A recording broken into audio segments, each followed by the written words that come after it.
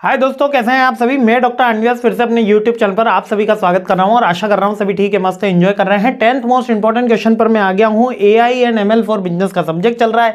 जल्दी से देख लेते हैं 10वां क्वेश्चन कौन सा है, तो थोड़ा मुस्कुरा दे जिंदगी, क्योंकि 10वें क्वेश्चन तक यदि आप मेरे साथ आ रहे हैं तो वास्तव में इस सब्जेक्ट को लेकर काफी सीरियस है, काफी अच्छे से मेहनत कर रहे हैं, काफी अच्छी पढ़ाई चल रही है। बहुत अच्छा कल का पेपर जाएगा, भले डिटेल वीडियो नहीं है, उसके लिए माफी मांग लेता हूं एक बार और आशा करता हूं कि कल का पेपर आपका इस अंतिम प्रहार के बेस के ऊपर काफी अच्छा जाएगा।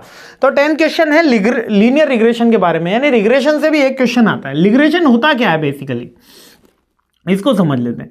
रिग्रेशन के अंदर हम दो वेरिएबल्स के बीच में रिलेशनशिप चेक कर रहे होते हैं। दो वेरिएबल्स के बीच में रिलेशनशिप चेक कर रहे होते हैं। अब ये दो वेरिएबल्स कौन से होते हैं, एक होता है डिपेंडेंट वेरिएबल, एक होता है इंडिपेंडेंट वेरिएबल। इंडिपेंडेंट वेरिएबल वो वेरिएबल्स होते हैं जो हमारे टेस्ट में डायरेक्टली इंपैक्ट नहीं करते लेकिन इनडायरेक्टली इंपैक्ट करते हैं, और डिपेंडेंट वेरिएबल वो इंपैक्ट करते हैं जो डायरेक्टली हमारे टेस्ट के ऊपर, हमारे जो डेटा है उसके ऊपर इंपैक्ट कर रहे होते हैं। लाइक कि मेरी जो सैलरी है, मेरे जो एक्सपेंसेस हैं और मेरी जो सैलरी है, दोनों एक दूसरे के ऊपर डिपेंडेंट वेरिएबल में है।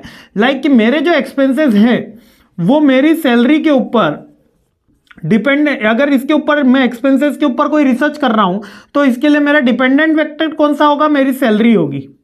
मेरी सैलरी होगी, मेरी एज ग्रुप होगी, मेरी लिविंग ऑफ स्टाइल होगी, है ना, मेरी मेडिकल ट्रीटमेंट हो सकती है। वो सारी की सारी किसके ऊपर, मेरे एक्सपेंसेस के ऊपर डायरेक्टली इंपैक्ट करेगी, तो ये डिपेंडेंट वेरिएबल है। इंडिपेंडेंट वेरिएबल कौन से होते हैं, लाइक कोई लॉ हो गया, अभी जैसे कि टैक्स में छूट दे दी निर्मला सीतारमण जी, मोदी साहब ने पहली बार कह सकते हो कि इतने साल कार्यकाल में मध्यम वर्ग के लिए भी कुछ चुना है, तो 12 लाख रुपए तक की उन्होंने टैक्स में रिडम्पशन दिया है, तो वो लॉ है। इसको हम कोई कंट्रोल कर सकते हैं, ये अनकंट्रोलेबल फैक्टर्स होते हैं, वो इंडिपेंडेंट होते हैं, लेकिन ये हमारे एक्सपेंसेस पे इंपैक्ट कर रहे हैं, क्योंकि अगर ज्यादा टैक्स देना होगा तो कम एक्सपेंसेस होंगे और कम टैक्स देना होगा तो ज्यादा एक्सपेंसेस होंगे, है ना। तो यही पूरा का पूरा पॉइंट है। तो इन दोनों के बीच में रिलेशनशिप के एक बढ़ने से दूसरे वेरिएबल पे क्या इंपैक्ट आएगा, दूसरे बढ़ने पे तीसरे वेरिएबल, यानी दो ही वेरिएबल के बीच में रिलेशन होता है, तो उसको रिग्रेशन एनालिसिस करते हैं। और मल्टीवेरिएट रिग्रेशन का मतलब जब हम मल्टीपल फैक्टर्स के ऊपर वर्क कर रहे हैं, यानी कि दो वेरिएबल से ज्यादा, टू और मोर वेरिएबल्स का एक साथ एनालिसिस कर रहे होते हैं, तो मल्टीवेरिएट रिग्रेशन, जब बायसन नेटवर्क की तरह, है ना। तो लीनियर रिग्रेशन एक स्टैटिकल मेथड होता है जो यूज्ड होता है मॉडलिंग में relationship between dependent variable and one और more independent variable. The goal is to find out best fit to minimise the difference between the actual and predictive value.